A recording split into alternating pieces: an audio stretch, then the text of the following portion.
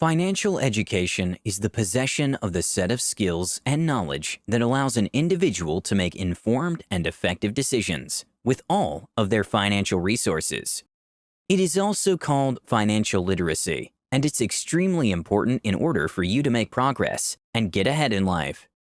If you are looking for improvement in your personal and financial life, you might be looking for financial freedom and financial independence. It means that you want to reach a point in your life where you no longer have to depend on family, a job, or a company that you don't like for money.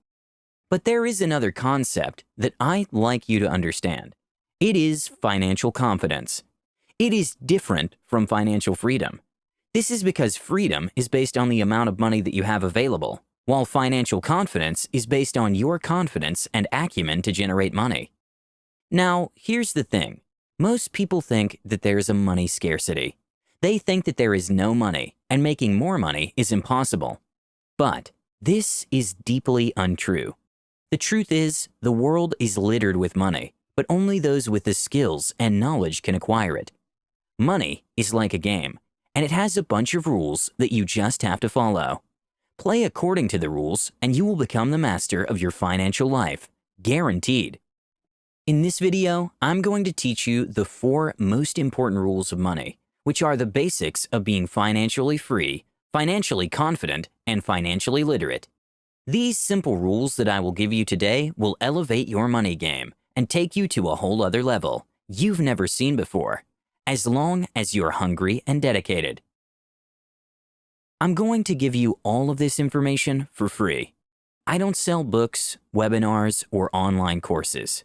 All the knowledge on this channel is free, so if you want to show your appreciation, click that like button and the subscribe button right now. It is actually very fascinating how all this information is becoming more and more available every day for very cheap or even for free. And everything is easily accessible with a couple of Google searches. So even if everything is at their fingertips, more than 90% of the population is still financially ignorant. Let me give you a quick example. Peter just got his monthly paycheck. After tax, he's left with $1,700. Instead of using this money to invest, save, or anything else that might be useful, he decides to waste it on a couple of barbecues with friends and many other useless liabilities. Are you a Peter? Because there are unfortunately a lot of financially ignorant people today. But the thing is, if they can change a few bad habits and develop a rich mindset, just about anyone can become rich. There are no rich people that are financially ignorant, except of course for those that got lucky. For example, stumbling upon a large inheritance or winning the lottery. However, statistics show that 70% of lottery winners end up bankrupt after just a few years of being extremely rich. Why is that? Again, it all comes down to how financially educated one is. If you have a lot of money, you will still make bad decisions and lose it all because you don't know what to do with it.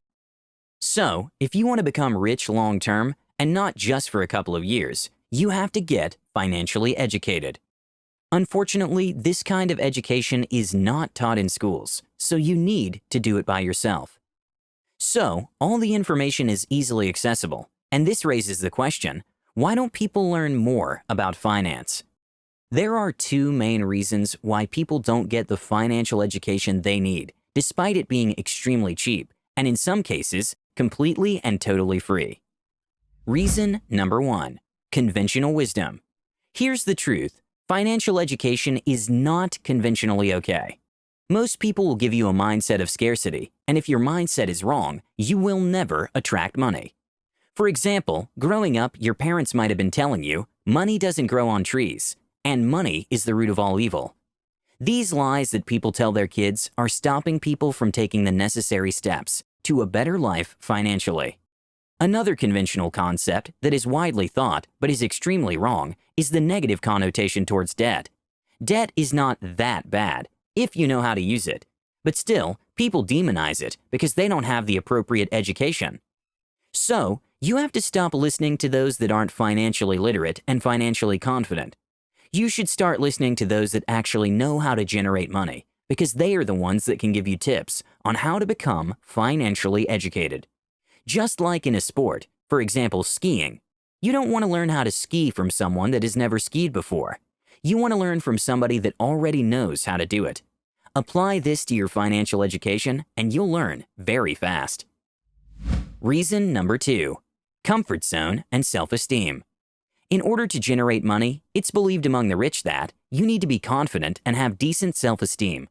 Self-image is important, and you have to first of all believe that you truly deserve to be wealthier and happier. If you don't, you will never become rich. Think of it like a self-fulfilling prophecy. You have to see yourself rich first. This confident, charismatic, rich image you see yourself in your mind will give you the needed confidence to continually act out of your comfort zone, which is very important. A very successful person once said, "Most people are not successful because they are afraid of success." This is true. In order to become successful, you have to step out of your comfort zone and take risks. For example, if you want to start your first business, but you don't have any money, you might first of all have to take the risk of getting a loan from your bank and putting yourself in thousands of dollars in debt, which is out of a lot of people's comfort zone. Charisma and confidence are some of the key ingredients you need to become rich. If you don't have the confidence to take action, you'll never become rich. So, before actually getting into financial education, you have to first work on yourself and your mind when it comes to risk-taking and failure. Confidence will give you the strength and the courage to take risks and perform under pressure. So, now that you know all about why people don't get financially educated and the importance of it, let's get started with the 4 most important rules of being financially educated. Rule number 1. Don't invest in what you don't understand. Investing is very important, especially when you want to multiply your money. Here's the thing. You will never, ever get rich long-term by working for someone else. You have to start investing. There are many types of investments, such as stocks, bonds, real estate, and Forex, just to mention a few. But I want you to know the single most important investment, and that's in yourself. Invest in yourself. Before investing in anything else, you have to invest in the development of your money-making machine, your brain. Getting the knowledge necessary to operate a business, financial education included, is not optional. Your industry and your niche are going to eat you alive unless you are always updated on what's going on. Stay up to date on all information that matters to you and to your success. Invest in your business. If you buy or create a business, you will probably at one point want to expand it. If you want to do so, you need to put some money into your business in order for it to grow. It's like a car. In order to make it run, you have to put gas in it. And a business is no different. In order to keep growing, it needs to be fed money. Investing in your business might be anything from marketing to research or developing a new product. Invest in real estate. Real estate investing, like other investments, are basically buy low and sell high. A simple concept with very complicated steps. Most real estate investors start with regular homes, then they move to commercial real estate, hotels, big commercial centers, offices, and more. Basically, you find units, structures with potential that have been mistreated. You fix them up, you wait for the price to rise, and then you sell that unit in order to make a profit. Invest in stocks. Stocks, or shares, are literally part of a company that is for sale to the public. When buying stocks, you have the right to a part of the profits of that business, which is the equivalent of your initial investment. Just like any other investment, the stock market is pretty risky, and there are a lot of people that lose a lot of money with it. So, these 4 are the most important and well-known types of investments. However, independently of the type of investment that you choose, you have to know what you're getting into. There are rules to follow, but equally, there's a lot of misleading information out there. A lot of people are willing to scam you just to take your money. So you have to be very, very careful who you listen to. Do heavy research before putting your money in something new. Or seek advice from a professional in that industry, preferably someone with skin in the game. Remember this rule. Never invest in something that you do not understand. Rule number 2. Debt is a powerful but deadly weapon. This one might be controversial, but the power of debt is underrated. All those that know how to use it will thrive, while those that are scared of it will miss a lot of opportunities. There is good and bad debt. Bad debt is anything that you know that you won't be able to pay off. For example, student loans. This is extremely painful, and it destroys the financial life of many people. We shouldn't ask 18-year-olds to make financial decisions of hundreds or thousands of dollars without considering the consequences. So be careful with that one, and only get in debt if you know what you're doing. On the other hand, good debt is the type of debt that you're absolutely sure you'll pay off, or you have a plan to pay it off, and it will also make you money. Getting in debt is a tool that you can use to get rich. For example, you might want to get a loan in order to start your business. If all goes as planned, you will pay off your debt and will be free to expand your business as long as you're always paying off your dues. Rule number 3. Think rich. Thinking rich is seeing yourself rich and acting rich. Essentially, you're playing the role of a rich person, and this might include living above your means. Living below your means is a defensive concept invented by financial gurus that to the most part is solid wisdom. I mean, we shouldn't live way beyond what we can afford, because that is how people end up in serious financial trouble. As long as you're disciplined and wise about what you're doing with your money, you have to also spend your money on things that give you confidence and make you feel good. Do you really think that depriving yourself of a couple of coffees at Starbucks will make you a millionaire?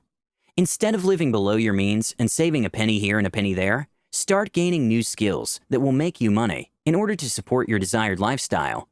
This single trick will have a huge impact on your mindset. You'll start seeing opportunities in places where you can make money. Rule number 4. Develop skills to acquire assets. Assets are things that put money in your pocket, while liabilities are things that take money out of your pocket. Your brain is your biggest asset, and you can develop it in order to be even more valuable. There are skills that are very demanded in the marketplace, and they all have 2 things in common. 1. They bring a lot of value to the market. 2. They make you a lot of money. So instead of working for someone else, start developing skills that will help you generate income from nothing, just by delivering results to the market. Figure out what best fits your abilities and develop your first high-income skills in order to gain the resources necessary to acquire more and more assets. Well, that's it for today's video. I hope you enjoyed it and gained value from it. If you did, give it a big thumbs up. Also, leave your thoughts down below. I'd love to hear them. With that said, don't forget to subscribe and enable notifications. Thanks for watching, and I'll see you in the next one.